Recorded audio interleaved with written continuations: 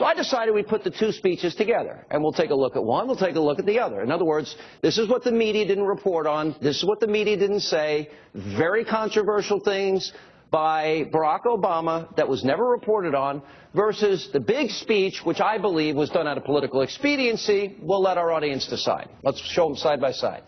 I've got to give a special shout out to my pastor, the guy who puts up with me, counsels me, listens to my wife complain about me. He's a friend and a great leader. Everybody give an extraordinary welcome to my pastor, Dr. Jeremiah Wright, Jr. I have already condemned in unequivocal terms the statements of Reverend Wright that have caused such controversy and in some cases pain. For some, nagging questions remain. Did I know him to be an occasionally fierce critic of American domestic and foreign policy? Of course. When Hurricane Andrew struck in Florida, people said, look at this devastation. We don't expect you to come up with your... What's happening down in New Orleans? Where's your dollar? Where's your Stafford Act money? Makes no sense. Tells me the bullet hasn't been taken out.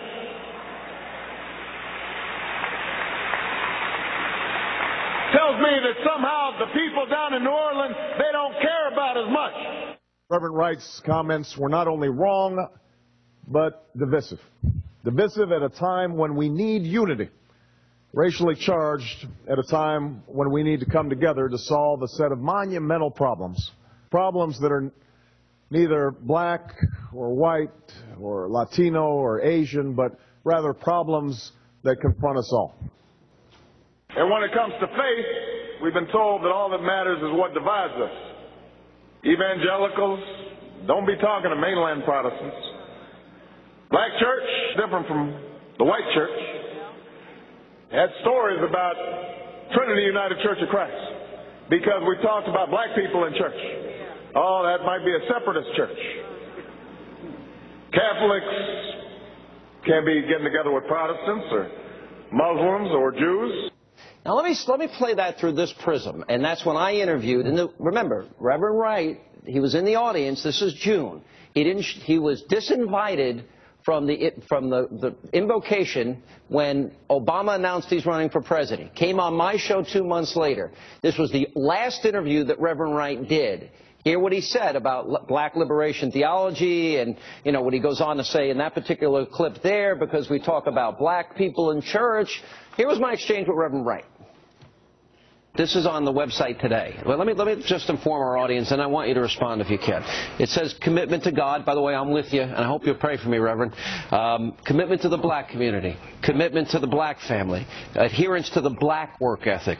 Now, Reverend, if every time we said black, if it was a church, and those words were white, wouldn't we call that church racist?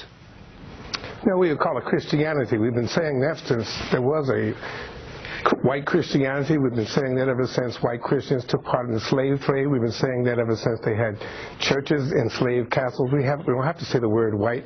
We just have to live in white America, United States of white America. I'm going to ask you this question. How many books of Dwight Hopkins have you read? You're very angry and defensive. I'm just trying to ask a question here. Barack Obama goes to your church. You haven't answered my question. And it seems to be, when you say the black community, black family, black work ethic, black community. It seems to an arrogant, ignorant person. I'm asking you, have you answered me? How many books of Dwight Hopkins I'm going to say this, whether you like it or not, I'm going to get my words in. And I'm going to tell you right now, I think as a Christian, sir, I think as a Christian, you should not separate by race in this day and age. And that's why a lot of people are going to look at that and say, we're all supposed to be united under Christ, aren't we?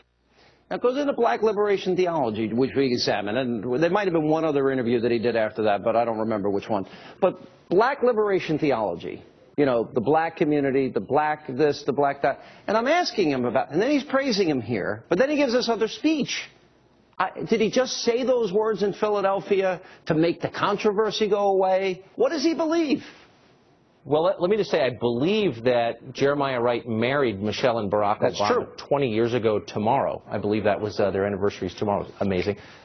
Look, my personal feeling is that he speaks to each audience what he thinks that audience wants to hear. But let me say how totally disingenuous it is for Obama to claim that Jeremiah Wright was attacked for talking about black people in church. That's utterly false. I reported on this, too, at the time.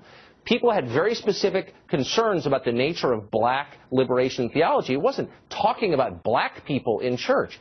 That, to say something like that before this audience is, again, to reinforce the point that the rest of the world doesn't like you because of your skin color. This makes people more fearful, more afraid, more paranoid, and, by the way, more cut off from the rest of America. This is the opposite of what a uniter does. This is what a demagogue does, and it's wrong. We'll be interested to see if anybody in the media follows up and has the courage to ask about these things. Remember, during the 2008 Don't hold your breath.